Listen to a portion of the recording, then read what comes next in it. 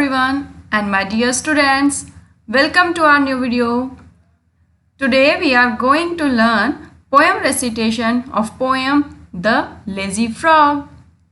As you wanted me to make a video of poem recitation with proper rhythm, so here I am with the video. In this video we will learn poem recitation and also I will explain the poem. So are you ready? Let's start. On a school day, you are busy studying, playing and chatting with friends. When you have a holiday from school, what do? Would you behave a little like the frog in the following poem? On a school day, school दिन में जब school चल रहा होता है, you are busy, आप बहुत busy होते हैं in studying, playing and chatting. In all these activities, you remains busy. But when you have a holiday, जब आपकी छुट्टियां होती हैं from school, what do? तब आप क्या करते हैं? Would you behave a little like the frog in the following poem? क्या इस पोएम में दिए गए फ्रॉग की तरह आप बिहेव करते हैं? What is the name of the poem? The name of the poem is Lazy Frog. Lazy मतलब आलसी. तो क्या आप इस पोएम में बताए गए फ्रॉग की तरह बिहेव करते हैं? Oh no, okay, very nice. We should never be lazy. हमें कभी भी लेजी नहीं बनना है. Let's recite the poem. We start this poem like la la la la la la la la la la la la la la la la La la la la la la la la la la la la la la la la la. Fred is a very lazy frog who lolls all day upon a log. He always manages to shirk doing a single stroke of work.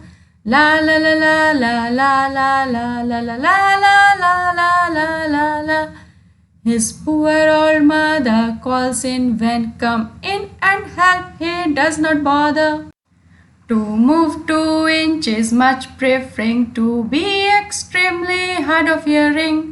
He lies there in a silent heap and stays conveniently asleep. La la la la la la la la la la la la la la la la. If a lady frog hops past, you would think he would get up at last to bow and help her on her way. But no, I am ashamed to say that when a lady frog comes by, he does not open up one eye. La la la la la la la la la la la la la la la la la. La la la la la la la la la la la la la la la la. So students, in this way we can recite this poem. Now it's time of explanation. Now I will explain the poem to you. Fred is a very lazy frog. Fred जो है बहुत ही lazy frog है, आलसी frog है.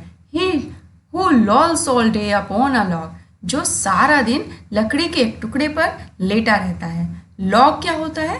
लकड़ी का लट्ठा. यहाँ पे देख रहे हैं जो कटा हुआ ट्री है, इसी को लॉग कहा गया है. और लॉल्स क्या होता है? लॉल्स होता है लेजीली लाई करना, कहीं पर आलस में लेटे रहना. तो आप देख सकते हैं कि ये फ्रेड है, फ्रॉग है, और जो इस लकड़ी के लट्ठे पर आलस में लेटा हुआ है.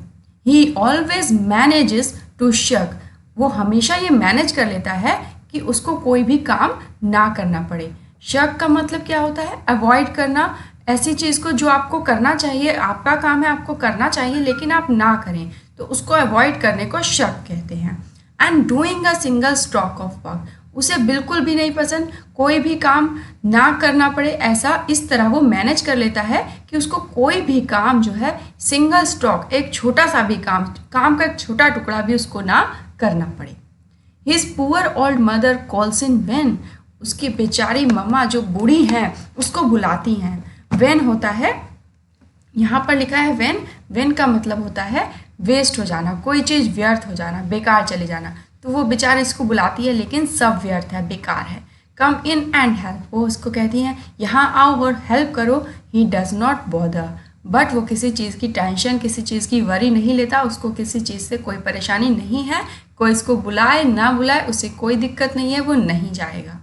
To move 2 inches, much preferring to be extremely hard of hearing. उसको 2 inches हिलना भी, 2 इंच हिलना भी, मूव करना भी मंजूर नहीं है। मच प्रेफरिंग मतलब ज़्यादा पसंद करना। उसे क्या ज़्यादा पसंद है? To be extremely hard of hearing. Hard of hearing है एक्ट लाइक डेफ। आप जैसे बहरे हो गए, आपको कुछ सुनाई ही नहीं दे रहा है, इस तरह से उसको एक्ट करना ज़्यादा पसंद है। इससे अच्छा कि उसको हिलना पड़े वो ये नहीं चाहता। वह चाहता है कि वो आराम सारा दिन करता रहे। He lies there in a silent heap and stays conveniently asleep. This word is conveniently. इसको conveniently pronounce करना है। तो वो सारा दिन किसी ऊंचे से स्थान पर, हीप पर जाकर, जहाँ पे बिल्कुल साइलेंस हो, जहाँ पर किसी तरह का शोर ना हो, वहाँ पर वो बैठा रहता है और वहाँ पर कन्वीनियंटली यानी बिल्कुल आराम से सोया रहता है, अस्लीप रहता है। If a lady frog hops past, hop क्या है? वहाँ से आपको पता है कि फ्रॉग जो है हॉप करता है, उछल उछल के चलता है। तो यहाँ पर पॉइंट कहता है कि if a lady frog hops past, वहाँ से उसके रास्ते से, नियर से अगर एक लेडी फ्रॉग भी गुजरती है, you would think he would get up at last, आपको लगता है कि उसके निकलने के एंड तक भी वो उठेगा। To bow and help her on her way, वो होता है झुक कर किसी को सम्मान करना। जैसे आप अपने मम्मी डैडी को या फिर आप किसी रिलेटिव को आपके पैर छूते हैं, उसका सम्मान करते हैं, झुकते हैं, इसी तरह से वो होता है झुकना, किसी के आगे उसका सम्मान करना। तो आपको लगता है कि वो जब लेडी फ्रॉग वहाँ से गुजरती है तो वो उठ के उसका सम्मान करेगा, हेल्प हर ऑन हर वे, उसको रास्ता बताने में, उसके वे मतलब रास्ता, तो उसके रास्ते में उसकी कुछ हेल्प कर देगा। अगर वो रास्ता जानना चाहती है तो वो उसकी हेल्प कर देगा। But no, I am ashamed to say, ऐसा नहीं है।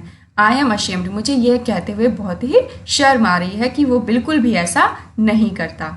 That when a lady frog comes by, जबकि वहाँ पर एक लेडी फ्रॉग आती है, he does not open up one eye, वह अपनी एक आँख खोल कर भी नहीं देखता कि उसको किसी हेल्प की ज़रूरत है या कोई और चीज़। तो वो कभी भी अपनी आइज़ खोल कर नहीं देखता है, वो हमेशा कन्वीनियंटली सोया रहता है। तो यू कैन सी कि ये फ्रेड जो है, ये फ्रॉग कितना लेज़ी है।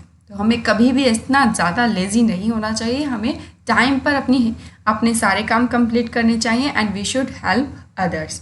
सो here we have completed poem the lazy frog.